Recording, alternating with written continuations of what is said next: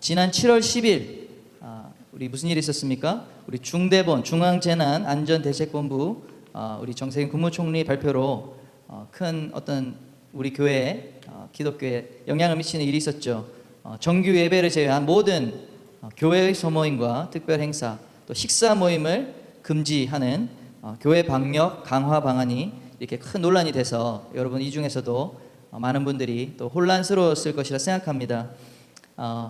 간단하게 설명드리면 식당, 카페 이런 이용은 가능하지만 개인은 가능하지만 교회 모임 취지로는 안 된다 하는 것, 또 교회 및 공무원 구내 식당은 열 수 있지만 교회 식당은 열 수 없다.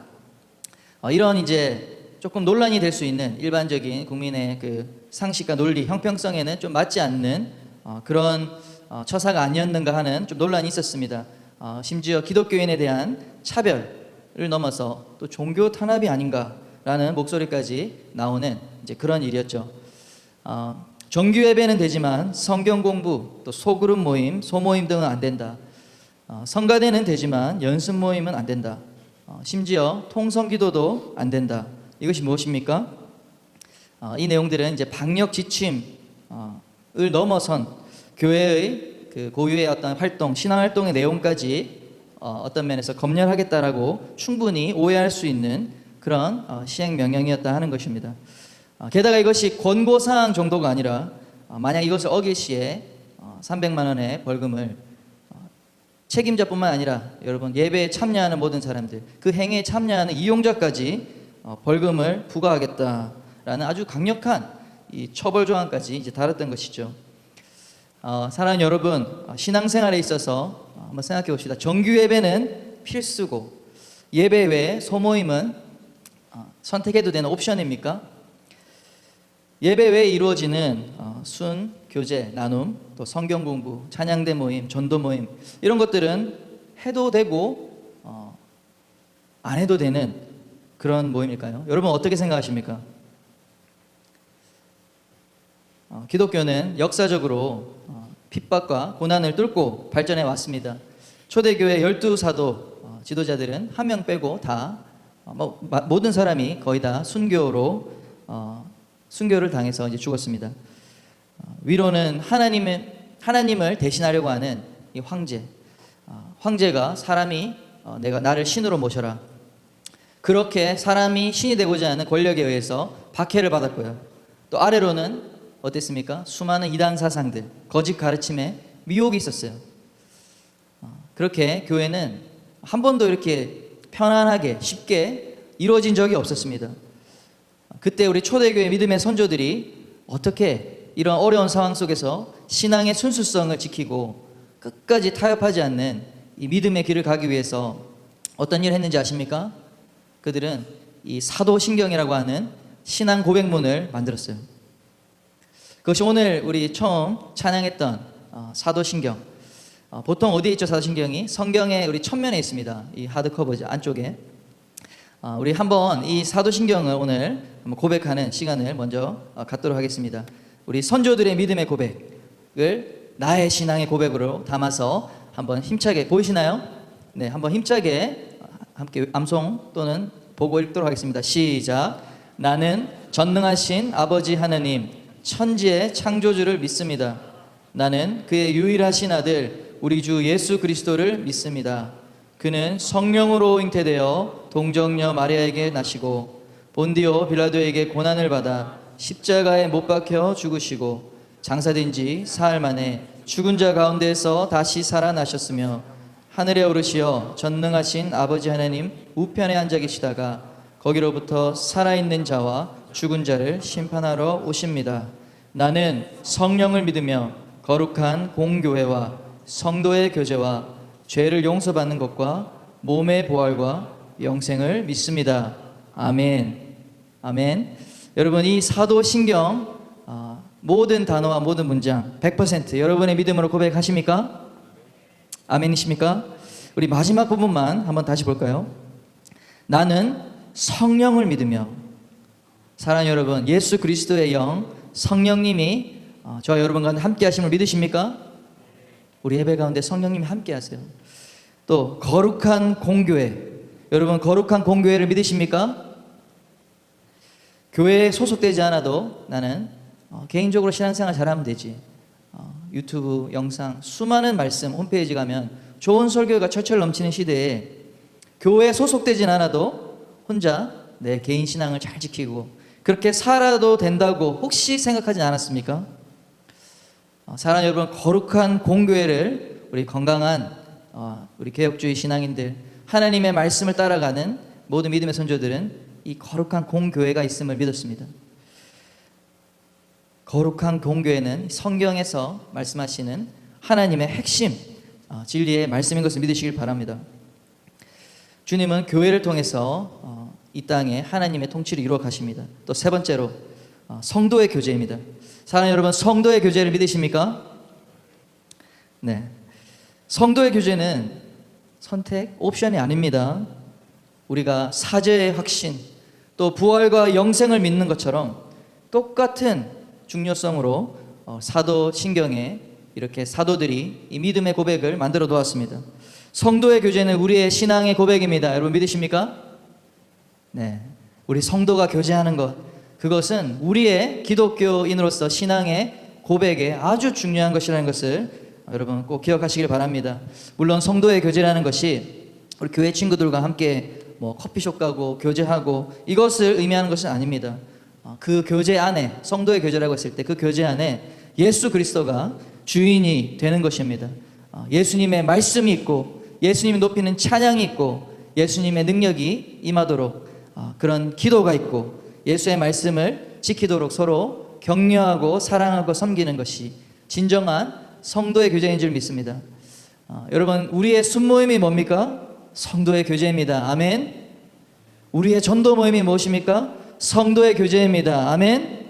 우리가 찬양 준비하고 찬양을 연습하는 그 모든 모임, 찬양 모임이 성도의 교제입니다. 믿으십니까?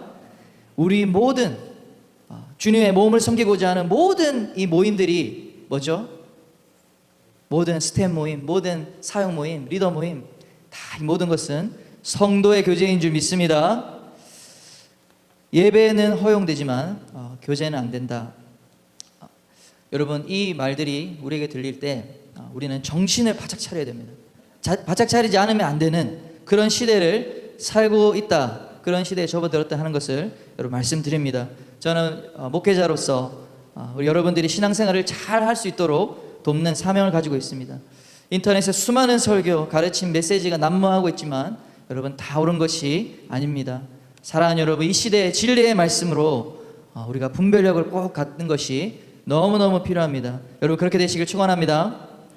다행히 우리 지난 금요일 어제 아래 7월 24일부로 교회의 이 소그룹 소모임 금지 명령, 식사 금지 명령, 좀 강경했던 이 명령이 해제가 되었습니다. 너무나 감사한 일이죠. 우리가 또 마음 편하게 그래도 이제 모일 수 있게 되었습니다. 저는 그 이유가 교계와 또 일반 국민들이 어떤 한 목소리를 내고 이것에 대해서 분명한 반대, 저항의 메시지를 냈기 때문이라고 생각합니다. 우리가 이 일을 이제 지난주, 지지난주 이렇게 겪었어요. 어떤 사람에게는 이것이 큰일 아니라고 생각될 수도 있는데 우리가 꼭 이 시점에 청년 그리스도인으로 생각해봐야 될 점을 저는 남겨주는 일이었다라고 생각합니다. 일단 첫째로 뭐죠? 예배드리고 교회 오고 하는 것이 어떤 벌금이 부과되는 이런 일들, 남의 이야기가 아니라 이제 나의 이야기가 되었다 하는 것입니다. 맞습니까? 여러분과 상관없었습니까? 다 상관있었잖아요. 그래서 저희 대표자들 모여가지고 밤 12시까지 회의했어요. 어떻게 해야 될까? 모임은 해야겠지만 또 할 수는 없는 상황에서 그런 일들도 있었습니다. 많은 사람들이 이제 전국의 청년들이 어떻게 보면 전국의 성도들이 큰 혼란을 겪었을 텐데요.